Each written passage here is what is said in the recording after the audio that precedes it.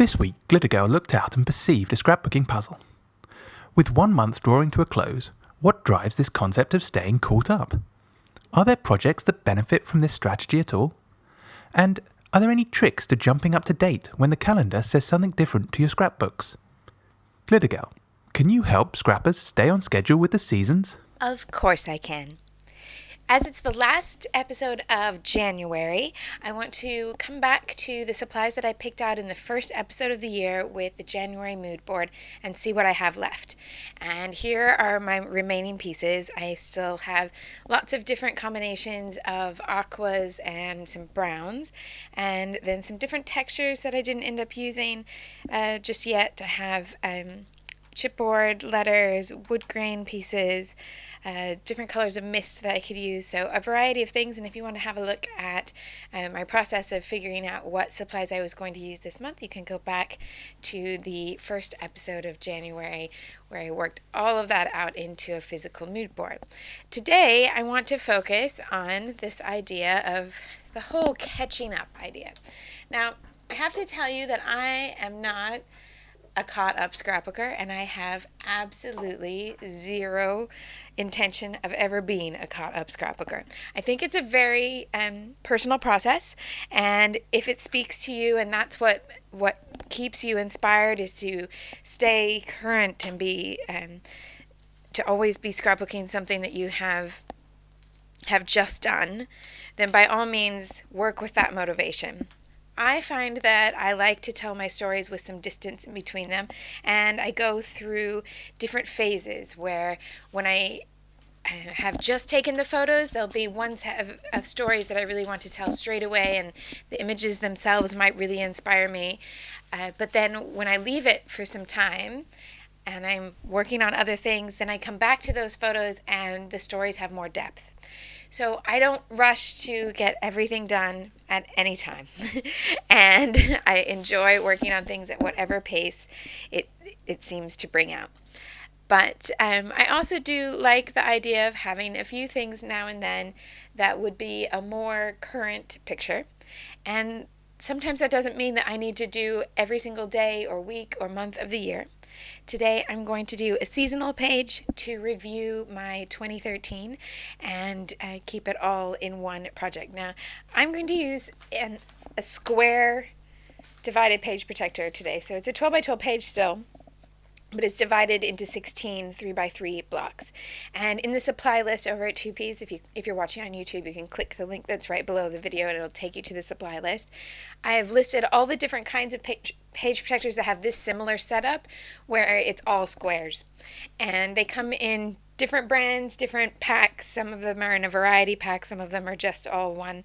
This one's by October Afternoon, and there are some that have just 4 slots, 4 big squares. There are some that have 4-inch squares instead of 3-inch squares, what have you. But I've listed all those in case something takes your fancy.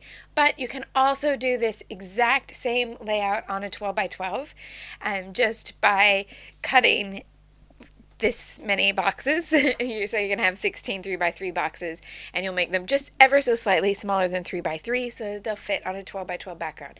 Absolutely fine to do either way, but I just thought I would use the page protector for today's project. And so I have my photos to start my year in review, and I'm doing this by seasons. So each row is going to represent one season: spring, summer, autumn, and winter of 2013. And I have 3x3 photos for each season, and some of them have 2 and some of them have 3. So I'll just lay them out so I know what I have. And oh, it looks like just one has 3. I was thinking there were 2 months with 3. But I guess I can't count. That's okay. And then I've also cut some simple little words with the silhouette. So I have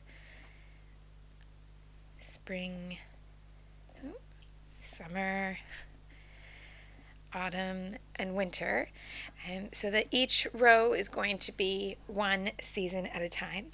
And because there are only 2 or 3 photos per line, that also gives me room for some brief journaling and some embellishment in each section of the page. So I'm going to take things from my mood board and work all the way down the page as I go. And I hope you enjoy this process and put it to work on either a divided page protector or a 12 by 12 background. The biggest part of figuring out my year in review page is, of course, getting everything cut to size and then figuring out where it should all go.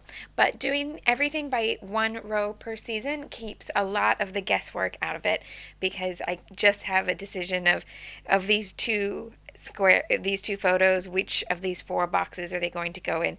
And by doing a little bit of alternating and repeating, I can take even more effort out of it. So I decided I would keep the title pieces for each season in the 2 center columns and just go side to side. And then I cut the remaining papers that I had left in my kit collection of supplies.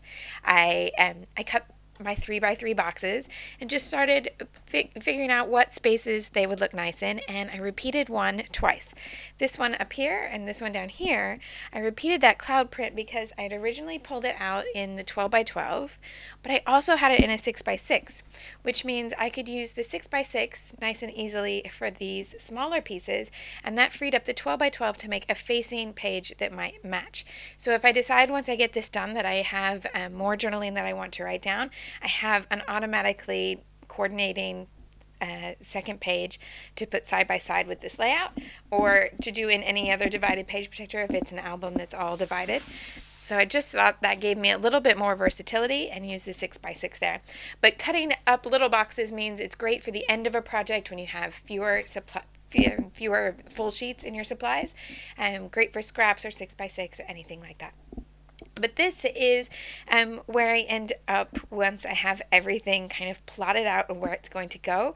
And then I get to go through the process of adding all my words to everything here and making sure that I have a little bit of fun with the embellishment as well. So I want to make sure that my overall theme is carried all the way through this. And from the photos I've chosen, of all the photos I took in 2013, I wanted to choose the photos that carried out a little theme that was in my mind, which was that 2013 was the year we moved back into a home that we had lived in before. And because we'd lived here before and didn't really ever want to leave, it felt a bit like returning home. So that's the theme that I want to carry through all my journaling. I took pictures of things that are in our neighborhood, and almost everything here is shown really, really close to home. And those were the things that I was really glad to have back. And so that's what I'm celebrating across this page. So I just want that nice little theme to carry through my journaling rather than it being entirely random memories. This gives me a little bit of a focus to write through. So one of the things that I find really useful if I'm going to do some brief captions is to go through and find some label stickers that will work throughout. So I can write on labels that can then fit in the empty space of a photograph. But I also have the pattern paper blocks to be able to add more writing there too. So for a photo that doesn't work well with putting something over the top, I can go to the pattern paper block and add my writing there. So I have lots of flexibility even though I'm in this particular format.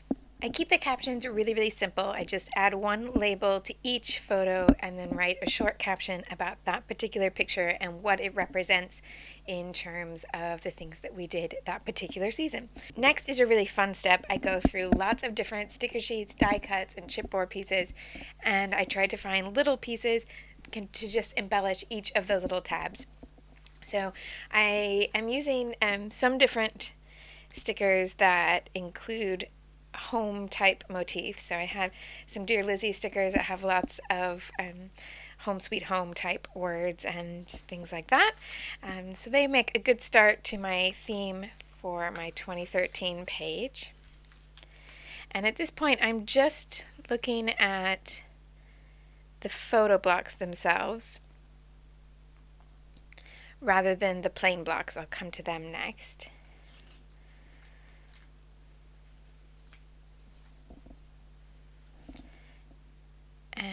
quite a few of these I'll add just flat to the picture, and every once in a while there'll be one that just looks a little bit better with some dimension, so some of them will go on with a pop dot rather than flat onto the photo. But I mostly just keep looking for different things to see what catches my eye that would complement each photo's little block. And sometimes it's more symbolic, sometimes it's really simple. For example, this one doesn't have a lot more room left, so I'll probably just do something really small like a little heart in that negative space there where there's a bit more contrast.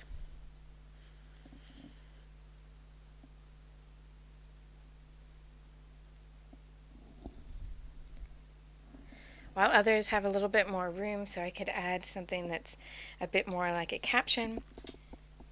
And those make good spots for adding a little dimension, so I'll make fun of my silly face in that photo by adding a little "say cheese" caption here with some pop dots.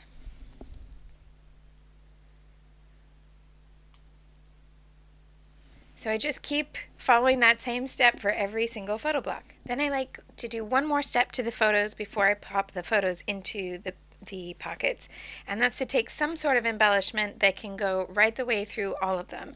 And that needs to be something small like enamel dots or really small simple stickers. And this time I'm going to use those little map printed stars that I pulled out right at the beginning and I was using on some of the Christmas pages. I'm going to dot them around this page as well.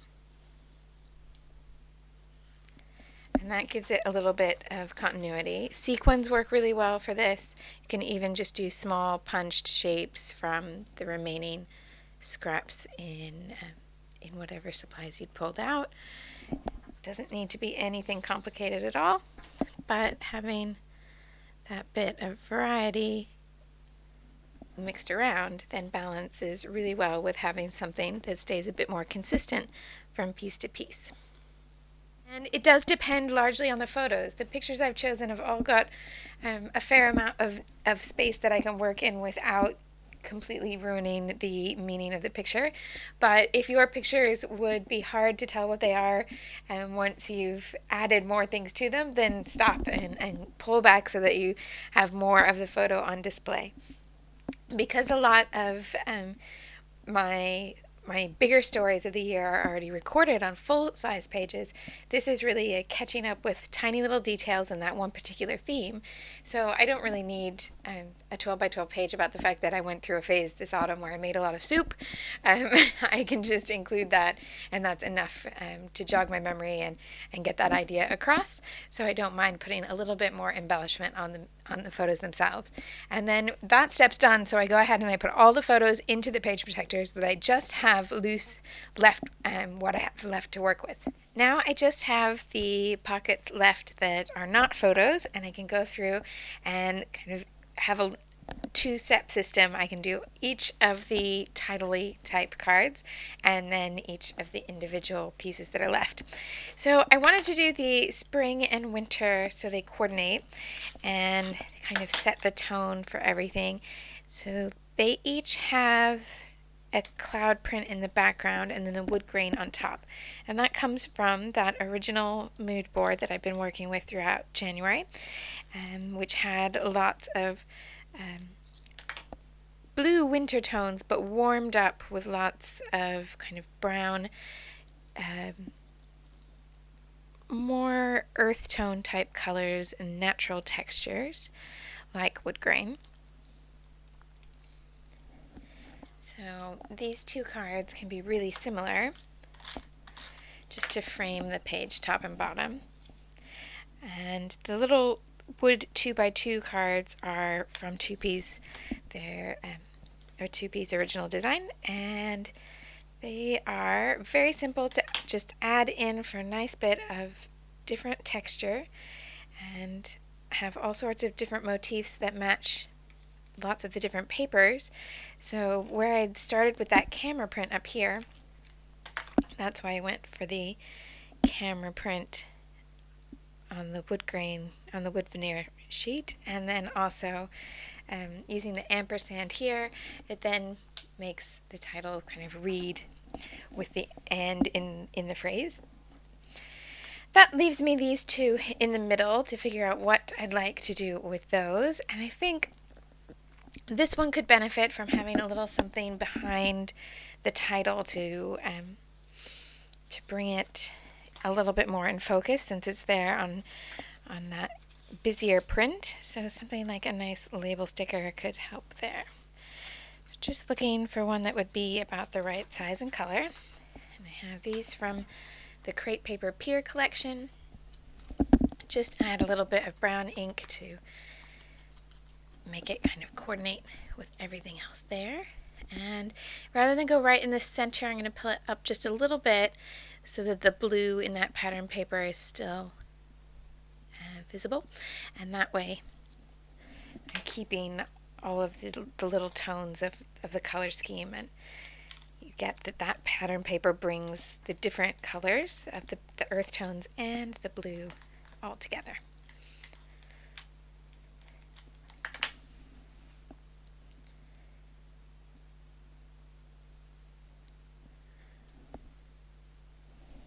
And that leaves this fancy gold block. Now I went with the gold vellum here because this row is a little different since it has the 3 photos rather than 2.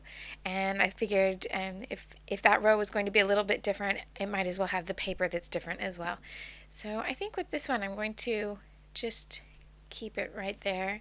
Well, hold on, there was one other idea I had, and that was to layer a white doily on top of the vellum. But looking at that with everything else in mind, even though I'm imagining cutting part of it off, I think the white is a little bit too stark because this tends to be more cream. Everything else there is just a bit softer than the brightness of that white. So I think I'll keep that for something else, and I'll go ahead and just attach the title straight onto the gold vellum.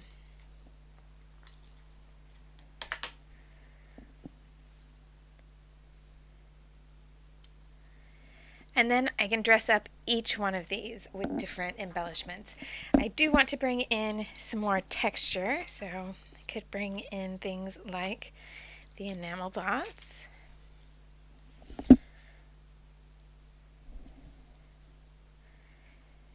And small stickers will also work. Of course, just looking for lots of small embellishments. Washi tape works out really, really well if you're doing small pieces like this. And yeah, leave that as 3. And sometimes I use the similar color and sometimes a contrast. So since I have this kind of pink running through the top line here, I can add in a bit of the pink here as well.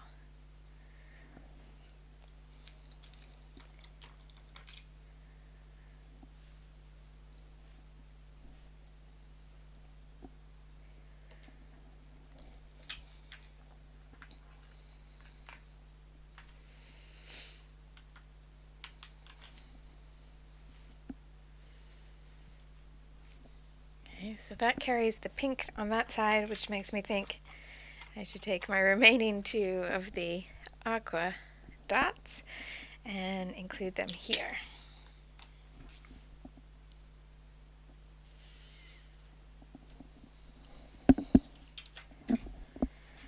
And I also have my individual pattern paper squares, and I think looking at this and how the square in the middle works out quite nicely to bring your attention to the wording, that I might choose something like a label to go in the center of each of these.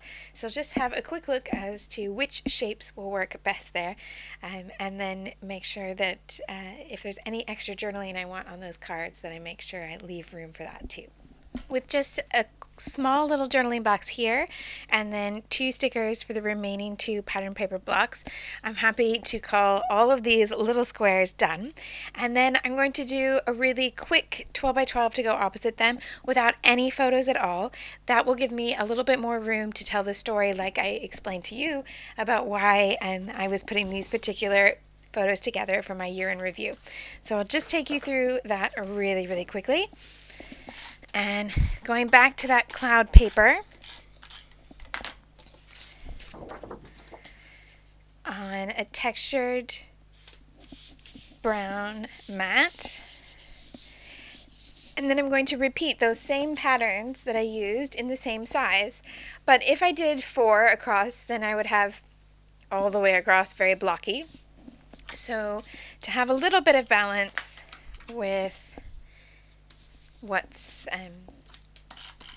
opposite that, instead of having more blockiness, I wanted to soften it up so that then it will coordinate well with the rest of my album, since it's an album that's mostly 12 by 12 pages with a few divided page protectors here and there.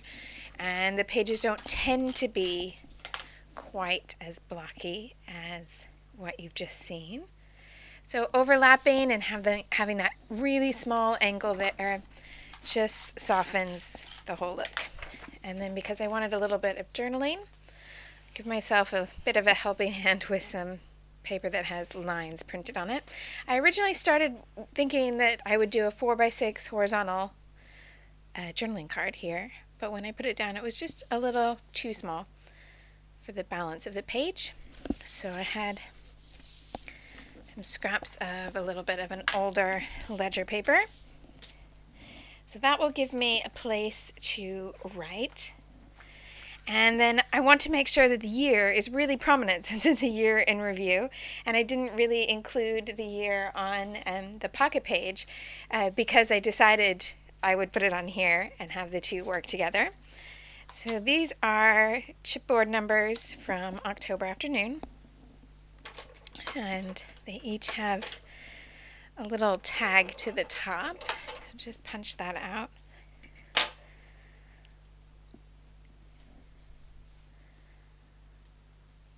And then run these down at the bottom of the page.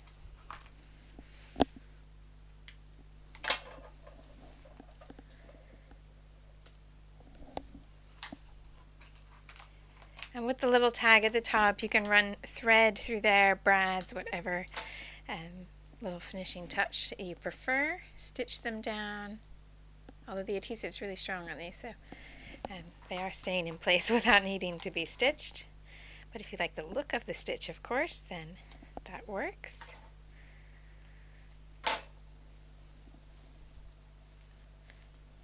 And then I'm going to do chipboard letters as well in this map print.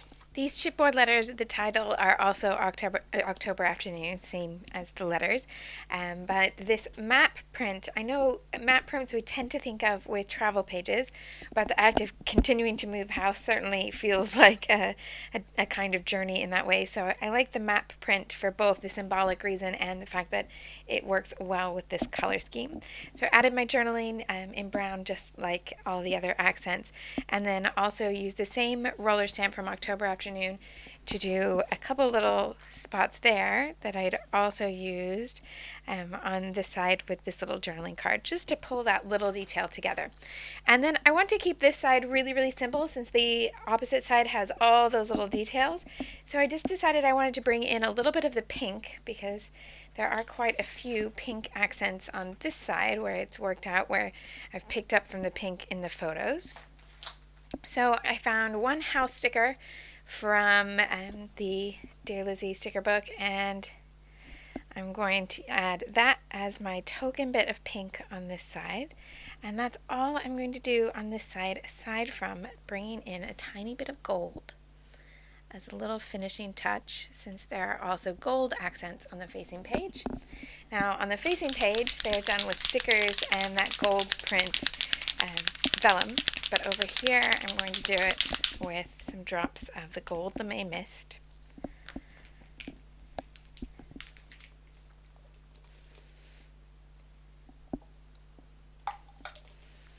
I'll just put some up here in the top corner.